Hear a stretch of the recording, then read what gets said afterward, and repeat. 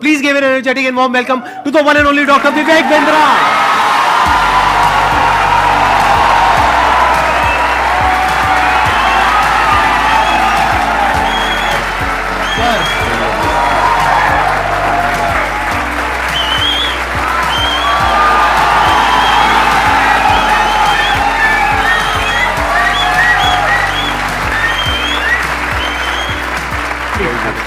Thank you.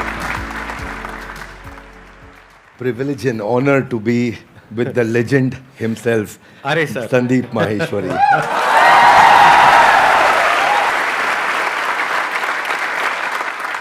Sir के बारे में मैं जितनी तारीफ करूं उतनी कम है, लेकिन अगर मेरे को शॉर्ट में कुछ कहना हो तो वो ये है कि आप में से बहुत सारे लोगों को शायद पता नहीं है, डॉक्टर विवेक बिंद्रा सर का सिर्फ इंडिया का नहीं पूरे वर्ल्ड का सबसे बड़ा एंटरप्रेन्योरशिप का चैनल है।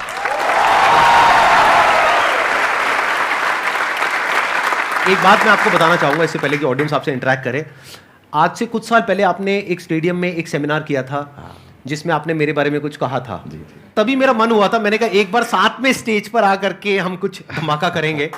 आज फाइनली वो दिन आ गया है।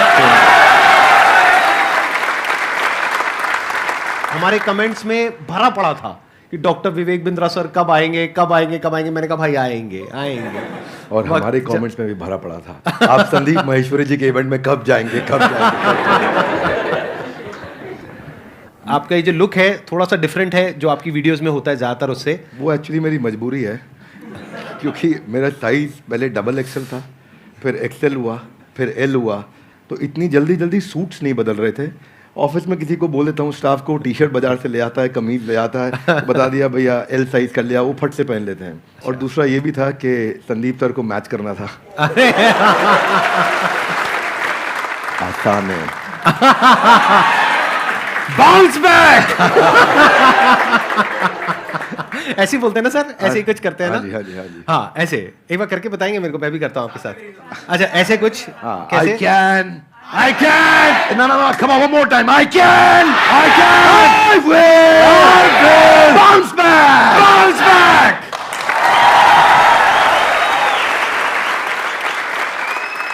एंटरप्रेन्योरशिप की इनको बहुत अच्छी नॉलेज है। तो अगर आज का टॉपिक हम एंटरप्रेन्योरशिप रखें तो कैसा लग रहा है आइडिया? कितने एग्री करते हैं इस टॉपिक से? सर आप क्या कहते हैं? अरे वाह बहुत बढ़िया हो गया। मेरे को यही था कि सर एग्री कर जाएं, बस फिर बढ़िया हो जाएगा काम। तो एंटरप्रेन्योरशिप आज का हमारा टॉपिक है। तो जो भी आप क्वेश्चंस पूछने वाले हैं वो एंटरप्रेन्योरशिप से रिलेटेड होंगे, बिजनेस से रिलेटेड होंगे, चाहे आप कोई बिजनेस करने वाले हैं चाहे कर रहे हैं। और उसमें बीच बीच में थोड़ा बहुत मैं भी ऐड कर सकता हूं अपने एक्सपीरियंस के बेस पे। मैं आगे चलने से पहले एक बात कहना हाँ जी, चाहता प्लीज हूं प्लीज। आपके बारे में, हो सके तो इसको रिकॉर्डिंग में डालिएगा भी, क्योंकि ये संदीप जी की एक तकलीफ है जिसको मैं समझता हूँ, जिसको सब नहीं समझते। ज़्यादातर लोग क्या सोचते हैं कि संदीप सर फ्री सेशन करते हैं, मालूम है आपको? और ये सच्चाई है, और ये इतना मालूम है सबको। कुछ लोग ये भी समझते हैं कि वो यूट्यूब पे ऐड नहीं लगाते, यस और नो? पर एक्चुअली ना ये सच्चाई नहीं है। केवल संदीप जी का अपना बिजनेस भी बहुत हैम्पर होता है।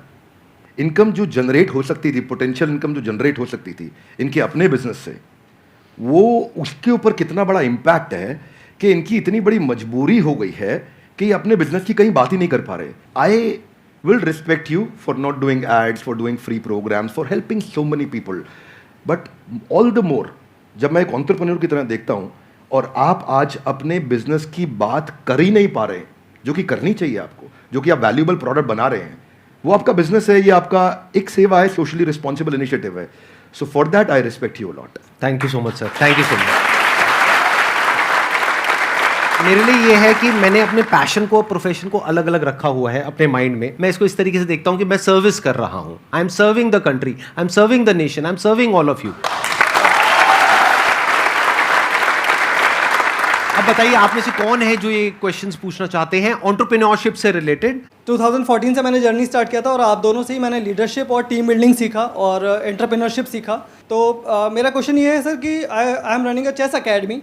तो बीइंग अ चेस कोच मैंने एज अ फ्रीलांसर स्टार्ट किया था, और आज जो मेरी सबसे बड़ी प्रॉब्लम है, मेरा अकेडमी का जो रेवेन्यू है 1 CR मैंने क्रॉस कर लिया है पर ईयर का। Very good. But thank you sir.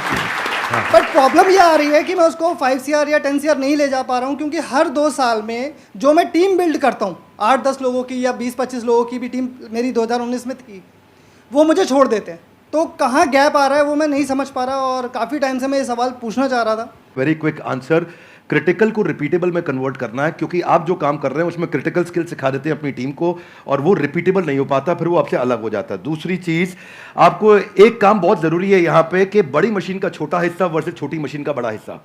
आप क्या कर रहे हैं, आप छोटी मशीन का बड़ा हिस्सा उन्हें बना देते हैं तो वो आपसे इंडिपेंडेंट हो जाते हैं। उनको बड़ी मशीन का छोटा हिस्सा बनाइए। इसमें दो बातें हैं, ध्यान रखना, मैं समझाता हूँ आपको। जैसे गाड़ी बनती है, गाड़ी बनने में एक आदमी स्टीयरिंग फिट करता है, टायर फिट करता है, बम्पर फिट करता है, गियर फिट करता है, क्लच प्लेट लगाता है, एक दरवाजा लगाता है, एक विंड स्क्रीन लगाता है। वो सब क्या है, बड़ी मशीन के छोटे हिस्से हैं। वो अपने आप गाड़ी नहीं बना सकते, वो पूरी गाड़ी नहीं बना पाएगा, उसको एक हिस्सा आता है। तो एक हिस्से पे काम कराइए उस टीम से। अगर वो बड़ा हो रहा है और वो छोटी मशीन का बड़ा हिस्सा बन रहा है और उसको पूरी गाड़ी बनानी आ गई है अब, तो फिर वो आपके एम्प्लॉय बनने के लिए नहीं है। अब आप उसको पार्टनर बनाइए तो आपको छोड़ के नहीं जाएगा। और आप उसके साथ एक्सपेंशन में रेवेन्यू शेयरिंग करिए, ईसॉप दीजिए, कंपनी में हिस्सेदारी दीजिए, आप उसको बिजनेस के प्रॉफिट्स में हिस्सा दीजिए, रेवेन्यू का हेयर कट दीजिए, बिजनेस स्ट्रक्चर कर लीजिए उसके साथ, तो वो आपके साथ टिका रहेगा। अभी वो क्यों टिका है, क्योंकि उसको लगता है मैं तनख्वाह पे नहीं, मैं तो अपने आप कमा सकता हूं। तो ये दूसरी चीज़ है। दो बातें हैं, एक पहला क्रिटिकल को रिपीटेबल आप टेक्नोलॉजी से बनाइए। मैं मुंबई में एक आइसक्रीम वाला है, वो पिछले 150 साल से आइसक्रीम बनाता है, खिलाता है, और वो बड़ा फेमस है। दुनिया भर में लोग उसकी आइसक्रीम लेकर के जाते हैं, उसका मिल्क शेक लेके जाते हैं, वो ड्राई आइस में पैक करके देता है, डब्बे में सील करके देता है। और मैं भी देखा, बड़ा अच्छा लगा मुझे देख करके, लेकिन बड़ा बड़ा लिखा है कि हमारी देश में कोई दूसरी ब्रांच नहीं है। तो मैं सोचता हूँ भाई तेरा कितना दुर्भाग्य है कि तू 150 साल में दूसरी ब्रांच नहीं बना पाया, क्योंकि वो क्रिटिकल को रिपीटेबल नहीं कर पा रहा है। तो आप क्रिटिकल को रिपीटेबल करने के लिए टेक्नोलॉजी बिल्ड करिए, तो फिर आप उसको स्केल कर पाएंगे। वो आपका पहला आंसर। और दूसरा, मैन पावर रिटेन कर पाएंगे, क्योंकि आप उन पर डिपेंडेंट नहीं है, वो दूसरा आंसर। तो दोनों चीजें कवर की। धन्यवाद। तो यहाँ पे मैं भी थोड़ा सा अपना पर्सपेक्टिव ऐड ऑन करता हूँ सर, कि अभी जो सर ने बात बोली बिल्कुल परफेक्ट है कि ये दो तरीके हैं जो सर ने बताया। एक मेरे भी पर्सपेक्टिव से अगर आप देखेंगे तो आपको दो चीज़ों का ध्यान रखना पड़ेगा। एक, या तो कोई ऐसा ब्रांड बना लीजिए अपना कि वहाँ पे इतना बड़ा एंट्री बैरियर आ जाए कि लोग ये कहें कि हमको चेस नहीं सीखना है, क्योंकि चेस सिखाने वाले तो बहुत लोग हो सकते हैं, वो कहें कि हमको तो इससे चेस सीखना है। जैसे पानी की बोतल का अगर एग्जांपल लिया जाए तो पानी की बोतल्स तो बहुत हैं, लेकिन जो ब्रांडेड पानी की बोतल है, और वो भी पानी की बोतल के नाम से जो सबसे पहला नाम हमारे माइंड में ब्रांड आता है, वो मुझे बोलने की जरूरत नहीं है, आप लोगों को पता है क्या आता है। पानी के साथ में सिनोनिमस कौन सा ब्रांड है, तो आदमी कहे कि मेरे को तो ये चाहिए, वो नहीं है तो कुछ और चाहिए। तो या तो आप अपना ब्रांड बनाइए, या फिर आप कहते हो कि नहीं मेरे पास में इतना मार्केटिंग बजट नहीं है, या वो वेवलेंथ नहीं है कि मैं अपना खुद का एक ब्रांड बना सकूं जिसकी वजह से एक एंट्री बैरियर क्रिएट हो, तो दूसरा ऑप्शन ये है कि आप एफिलिएट मॉडल पे चले जाइए। सीखो, सिखाओ, उस पर हमारी रेवेन्यू शेयरिंग होगी, वो पहले से एग्रीमेंट कर लो। ये दो तरह के बिजनेस मॉडल्स हैं जो अभी एकदम से मेरे माइंड में आ रहे हैं। इसके अलावा और भी बहुत सारे ऑप्शंस हो सकते हैं। सर बिजनेस से रिलेटेड मेरा एक क्वेश्चन था। Actually 0 to 5 years old kit बनाई है हम लोगों ने, लर्निंग किट है। एक्चुअली प्रॉब्लम ये आ रही है कि हमारी जो सोसाइटी है वहाँ पे हम लोग वो चीज़ लोगों को समझा रहे हैं, बता रहे हैं, पर वो एक्सेप्ट नहीं कर पा रहे उस चीज़ को। बेसिकली एकेडमिक के जो एजुकेशन की इंडस्ट्री है इसके अंदर ये बिल्कुल ही अलग है, नया है, और मुझे नहीं लगता कि कोई कॉम्पिटिटर है अभी इंडिया के अंदर इस चीज़ के लिए। तो इस चीज़ पे मेरा ये था कि मैं लोगों को कैसे समझा पाऊँ उस चीज़ को लेके। आपके क्वेश्चन में ना फंडामेंटल आपके थॉट प्रोसेस में 3-4 फ्लॉज हैं, वो समझिए ध्यान से जी। पहला चीज, आपने बोला प्रोडक्ट नया है, अच्छा है, इसका कोई कंपटीशन नहीं है। ये मेरे लिए कोई रेलेवेंस की बात नहीं है। आपके प्रोडक्ट नया है, अच्छा है, कोई कंपटीशन नहीं, इससे फर्क नहीं पड़ता है। फर्क किससे पड़ता है? आपने बोला मैं पेरेंट को बहुत समझाता हूं लेकिन वो एक्सेप्ट नहीं कर रहे। सेल्स का पहला रूल है कि आपको समझाना नहीं है कुछ भी। सेल्स का पहला रूल है कि कैप्चर द इनकन्वीनियंस। इसको ऐसे समझते हैं, जरा हाथ आगे लाइए, बोलिए कैप्चर द इनकन्वीनियंस। थोड़ा ऐसा एक्टिंग करो, इनकन्वीनियंस। जिस दिन आपने इनकन्वीनियंस, देखो पेरेंट परेशान कहां हो रहा है, देखो उसकी सबसे बड़ी तकलीफ क्या है। आपको पता है बच्चा जब नीचे बेड से रोल करते करते गिर जाता है, छोटा बच्चा 9 महीने का, 1 साल का, 1.25 साल का, रोल करते करते गिर जाता है, तो बच्चे को बहुत दर्द होता है, यस नो? राइट। लेकिन बच्चे से ज्यादा दर्द उस समय माँ और बाप को हो रहा होता है। इतना तकलीफ होता है, गिर गया मेरा बच्चा, गिर गया मेरा बच्चा, वो इनकन्वीनियंस है। तो फिर क्या निकल कर गया? बच्चे के बॉडी कवर्स आ गए, उसके हेड सपोर्ट्स आ गए कि वो नीचे गिर भी जाए तो उसको चोट ना लगे। वो क्या इनकन्वीनियंस कैप्चर करे।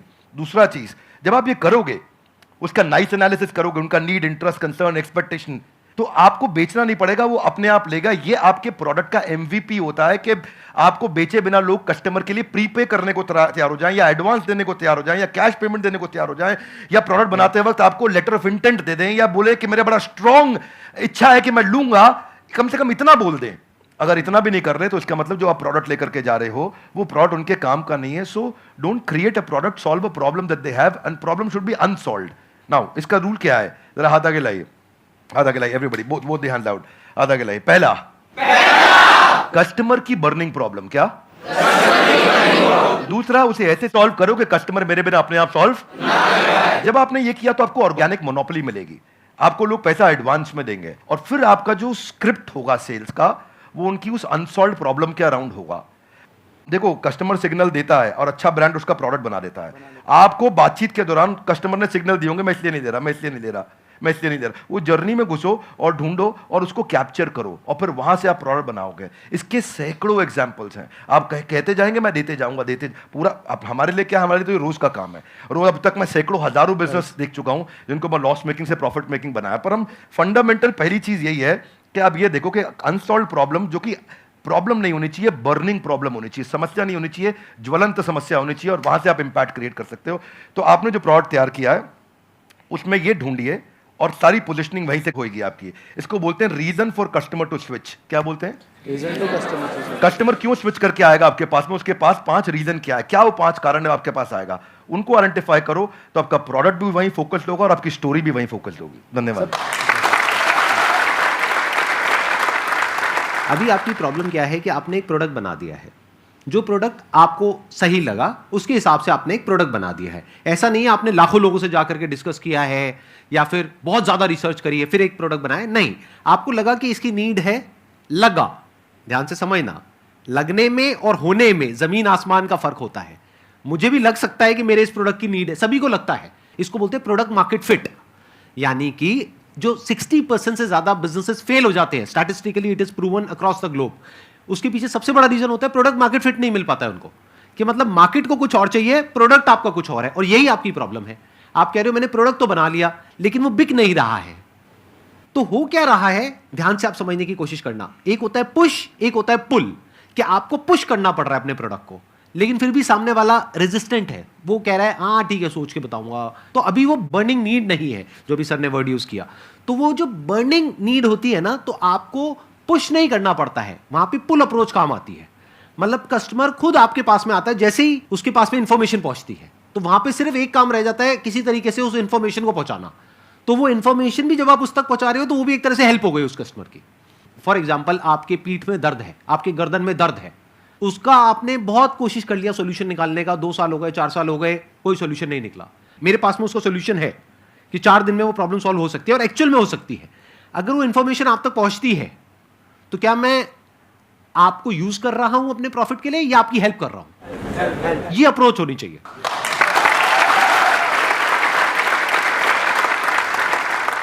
सर मेरा एक छोटा सा क्वेश्चन है आपसे कि जैसे बिज़नेस में मुझे बहुत इंटरेस्ट है, एंटरप्रेन्योर में बनना चाहती हूँ, लेकिन मेरी लाइफ में एक छोटा सा ट्विस्ट ये है कि अभी जस्ट लास्ट ईयर मेरी मैरिज हुई, अभी बेबी भी है 7 मंथ्स का.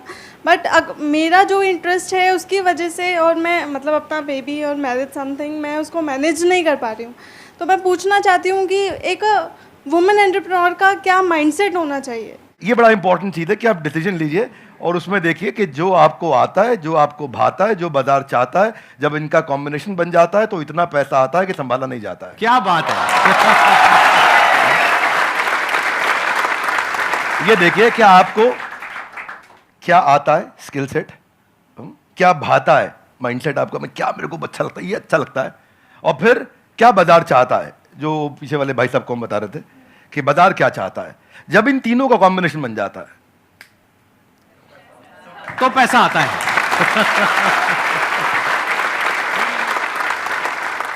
सर आज आप दोनों को एक साथ देखकर बहुत खुशी हो रही है. मुझे भी हो रही है बहुत खुशी. मुझे भी हो रही है. सर बिजनेस को ग्रो करने के लिए कुछ प्लेटफॉर्म्स सजेस्ट आप करना चाहें जिससे मैं वहाँ पे बता सकूँ कि हाँ मेरा ये बिजनेस है. आप बात कर रहे हैं कि मैं माल को बेचूं कैसे. जी जी. तो देखिए उसका आंसर संदीप सर ने थोड़ी देर पहले समझा दिया. पहले आपको ये सोचना है कि मैं माल को बनाऊं कैसे. सर के आंसर को मैं एक्सटेंड कर रहा हूं. प्रोडक्ट मार्केट फिट ठीक करो. बेचने के लिए फेसबुक भी है, यूट्यूब भी है, कंटेंट मार्केटिंग करो, बढ़िया कंटेंट बनाना सीखो, कंटेंट की बातचीत करो. अभी सर के प्लेटफॉर्म पे जेंटलमैन आए थे MBA चाय वाला, वो क्या बढ़िया कंटेंट प्रेन्योर है, ऐसा बोलते हैं फट फट फट फट फट फट इतना स्पीड से बोलते हैं, आ करके उनकी कंटेंट को लोग सुनते हैं। अब प्रश्न आपका ये था कि मैं कहां पे जाके प्रमोट करूं। आप सब प्रमोट करने के लिए जहां पे जनता है वहां पहुंच जाइए। सोशल मीडिया के जिस चैनल पे आपकी ऑडियंस है वहां चले जाइए, सब जगह पे नहीं जाते हैं। किसी को ट्विटर पे काम आएगा, किसी को फेसबुक पे और किसी को यूट्यूब पे। आप ढूंढ लीजिए कहां है और फिर वहां जाकर के 5 चीजों का ध्यान दीजिए। जो कंटेंट डालेंगे वो अनयूजुअल यूजफुल इंफॉर्मेशन होगी तो लोग शेयर करेंगे, आपको वायरलिटी मिलेगी। दूसरा चीज, क्या आप उसमें अनएक्सपेक्टेड डिलाइटफुल सरप्राइज दे सकते हो कि सामने वाला देखे और बोले अरे वाह, जरा जोर से बोलिए ऐसे नहीं, थोड़ी आंखें बड़ी करो, मुंह खोलो, हैरान हो जाओ। अगर कस्टमर ने बोला अरे वाह तो आपका कंटेंट शेयर होएगा। क्या होएगा? अगर आपका कंटेंट शेयर हुआ तो लोग आपके प्रोडक्ट के बारे में पता चलेगा, आपके पास आएंगे। तीसरी चीज, ऐसा जरूर ध्यान रखना कि शेयर करने में उसकी इज्जत बढ़ती हो। चौथा पॉइंट बड़ा इंपॉर्टेंट है कि जो करंट इस समय टॉपिक्स चल रहे हैं, कुछ इस समय नेशनल सेलिब्रेशन चल रहा है जहां पे सब लोग जुड़े हैं, जो कि कम्युनिटी के साथ जुड़ा हुआ है, उसके बारे में अगर आप कंटेंट डालेंगे तो शेयरेबिलिटी बढ़ती है। तो जब आप कंटेंट मार्केटिंग करेंगे, ये चीपेस्ट तरीका है आपको ट्रैफिक जनरेट करने का, और इसमें कोई पैसा नहीं लगता, थोड़ी सी इंटेलिजेंस लगती है। उस इंटेलिजेंस का इस्तेमाल करिए, आपका प्रोडक्ट मार्केट में पहुंचेगा। लेकिन पहले संदीप सर की बात मान लीजिए, प्रोडक्ट मार्केट फिट होना चाहिए। वो फिट होगा तो बात बनेगी।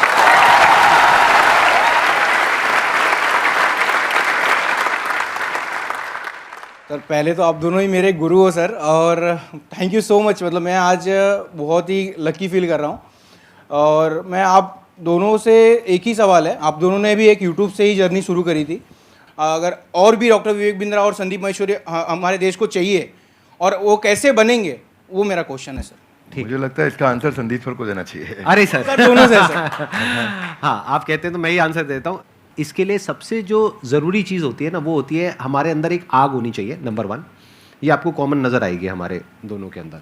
अगर कोई इंसान हमको देख करके इंस्पायर हो करके कुछ कर रहा है तब तो ठीक है, बट हमको देख करके बस एक्साइटेड हो रहा है और कह रहा है कि मैं करूँगा, तो there is a strong possibility वो कुछ दिन में छोड़ देगा। क्योंकि बहुत अप्स एंड डाउन्स आते हैं।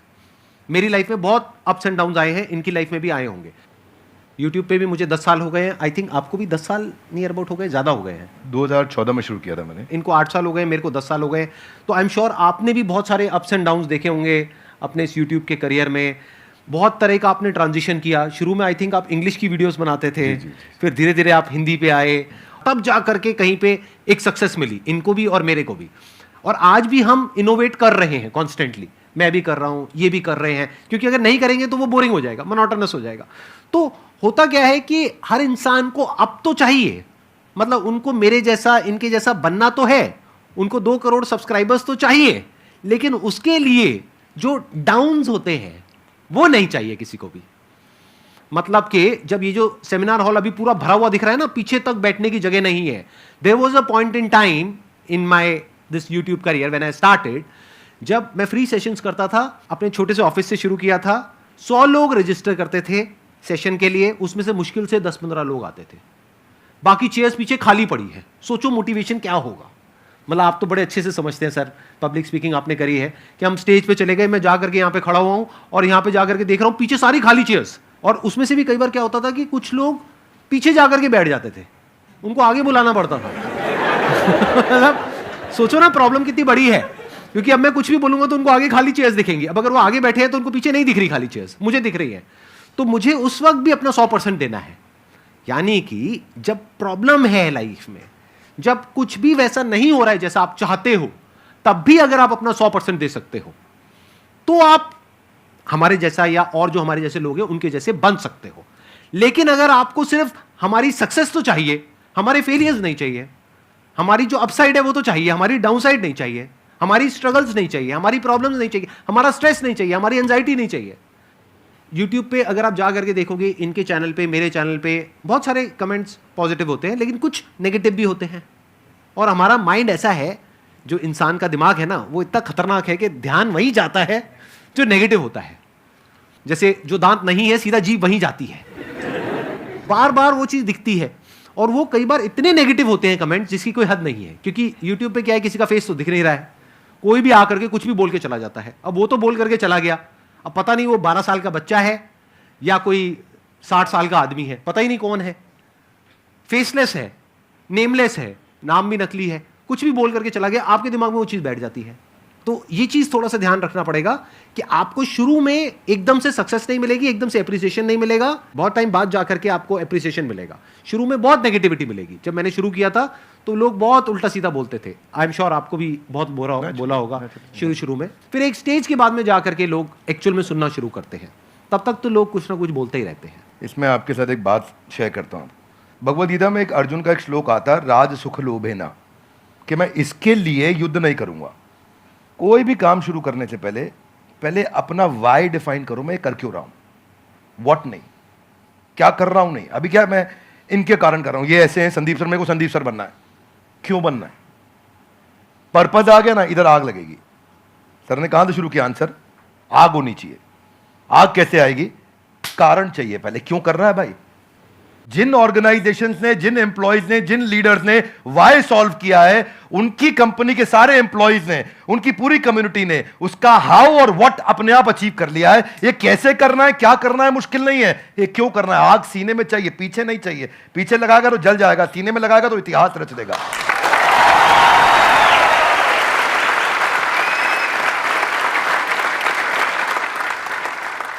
Only substantiating to what he said कि आग होनी चाहिए, वो कारण चाहिए। अर्जुन शुरू में युद्ध नहीं करना चाहता था, क्योंकि उसको कारण ही समझ नहीं आ रहा था मैं युद्ध क्यों करूं। उसको लगा कि यार मैं राजसुख के चक्कर में करने लग रहा हूं तो, और वो ईमानदार आदमी था, पहले ईमानदारी बाद में दुकानदारी। तो वो उसने कहा कि भाई ये तो मैं करूंगा ही नहीं, ये तो गड़बड़ हो गया। फिर कृष्ण ने बाद में चर्चा करी, राजसुख लोभेना नहीं है, there are principles why we are doing it and what we are doing. तो कृष्ण ने भगवद गीता में पूरा व्हाई क्लियर किया, पर्पस क्लियर किया। जिस दिन कारण समझ में आ गया ना, उसके बाद वो आग लगाएगा, फिर भागेगा। पर उसके बाद सर्कमस्टेंशियल नहीं होगा, सब्सटेंशियल होगा। सर्कमस्टेंशियल कौन है, जब अच्छा कमेंट आया अरे अरे मजा आया, जब बुरा कमेंट आया अरे ये क्या हो गया, ये सर्कमस्टेंशियल है। सब्सटेंशियल है, आजू बाजू कुछ भी हो, परिस्थिति कुछ भी हो, मनस्थिति नहीं बदलेगी अपनी, अपन वैसे के वैसे रहेंगे, वही स्पीड रहेगी, वही बना रहेगा, वो चलता रहेगा। क्यों चल रहा है वो आप समझना है आपको, सेल्फ स्टार्ट बनना है कि पुश स्टार्ट बनना है। सेल्फ स्टार्ट बनना है। सेल्फ स्टार्ट कैसे बनेंगे, ऐसे ही बनेगा जब आदमी अंदर उसके सेल्फ में जो जहां से आंसर शुरू किया वो फायर है। वो फायर बड़ा इंपॉर्टेंट है। इसीलिए यूट्यूबर क्यों बनना है, ये बता पहले, क्यों बनना है। बहुत बार पूछना पड़ेगा अपने, मैं क्यों कर रहा हूं, मैं क्यों कर रहा हूं, मेरा पर्पस क्या है, क्यों बनना है, वो कर दो तो फिर अब आगे इसके बाद। एक्सीलेंट पॉइंट, बहुत बढ़िया जी। Thank you so much for coming. Thank you so much for taking out time. It means a lot to me and to everybody here. जो लोग वीडियो में देख रहे हैं उनको तो I'm sure मजा ही आ जाएगा. And I'm very happy. I'm sure you are also very happy. Thank you so much, sir. Thank you, sir. I'm happy too. Thank you very much. बहुत बहुत धन्यवाद. Thank you so much. Thank you.